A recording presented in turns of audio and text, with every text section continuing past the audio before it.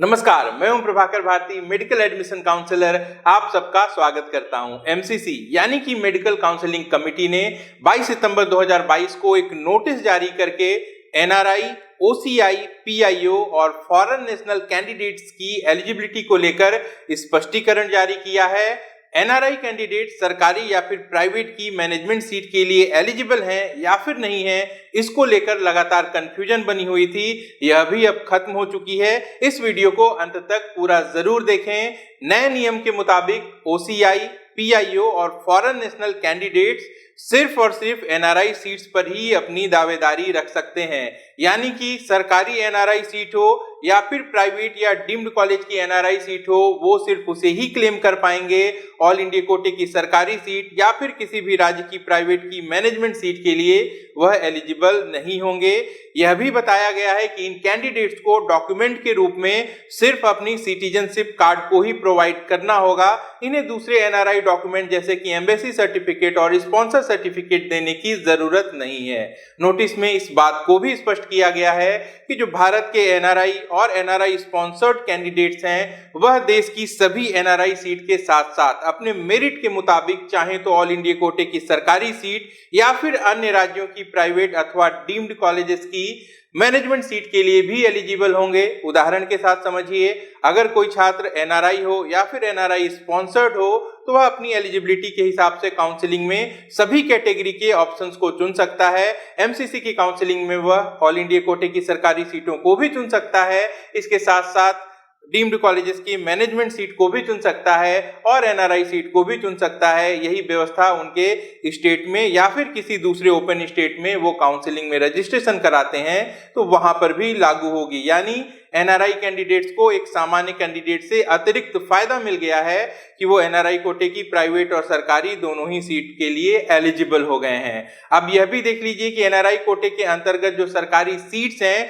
उन पे cut off बहुत कम देखने को मिलती है। इसके लिए क्या जरूरी कंडीशन है? इसके लिए छात्र या फिर उसके माता पिता में से किसी एक का एनआरआई होना जरूरी है। हमारे देश में कई राज्यों में एनआरआई स्पॉन्सर्ड सरकारी सीट्स भी हैं।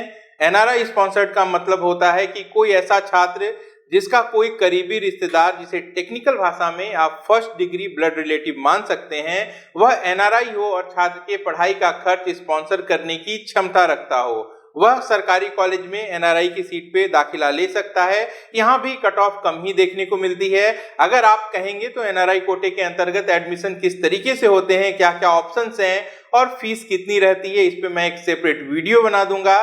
कमेंट करके मुझे अपनी बात से जरूर अवगत कराइएगा। हमारे देश के मेडिकल एजुकेशन सिस्टम की स्थिति भी देख लीजिए। अगर किसी छात्र को नीट में 150 से 200 नंबर मिले हों और वह किसी अच्छे प्राइवेट कॉलेज में एडमिशन लेना चाहता हो तो उसके लिए जो बजट है वह 1 करोड़ रुपए से शुरू हो सकता है। वहीं अगर कोई एनआरआई कैंडिडेट हो तो उसे हर तरीके से फायदा है। अगर उसके नीट के नंबर बहुत अच्छे हैं तो वह ऑल इंडिया कोटे से जाके सरकारी सीट में एडमिशन ले सकता है।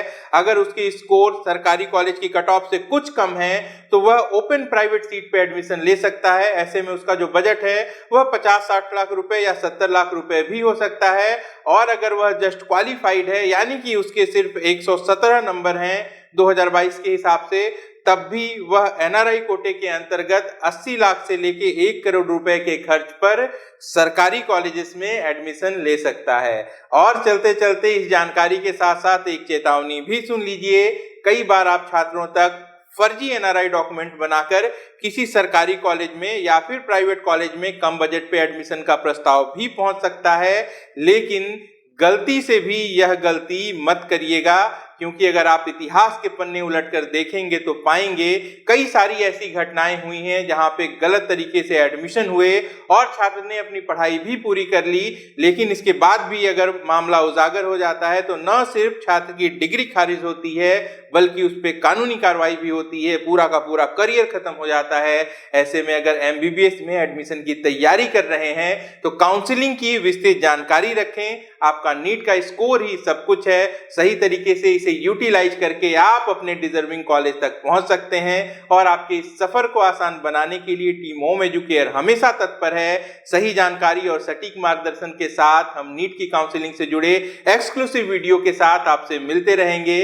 इस वीडियो को लाइक कर दें, अपना और अपनों का खूब ख्याल रखें। मैं जल्द मिलता हूं। नमस्कार, जय हिंद। अगर आप हमसे कांटेक्ट करना चाहते हैं या हमारी पेड सर्विसेज अवेल करना चाहते हैं तो आप वीडियो के डिस्क्रिप्शन में दिए गए लिंक पर क्लिक करके अपनी डिटेल्स भरिए। हमारी टीम बहुत जल्दी आपको कांटेक्ट करेगी।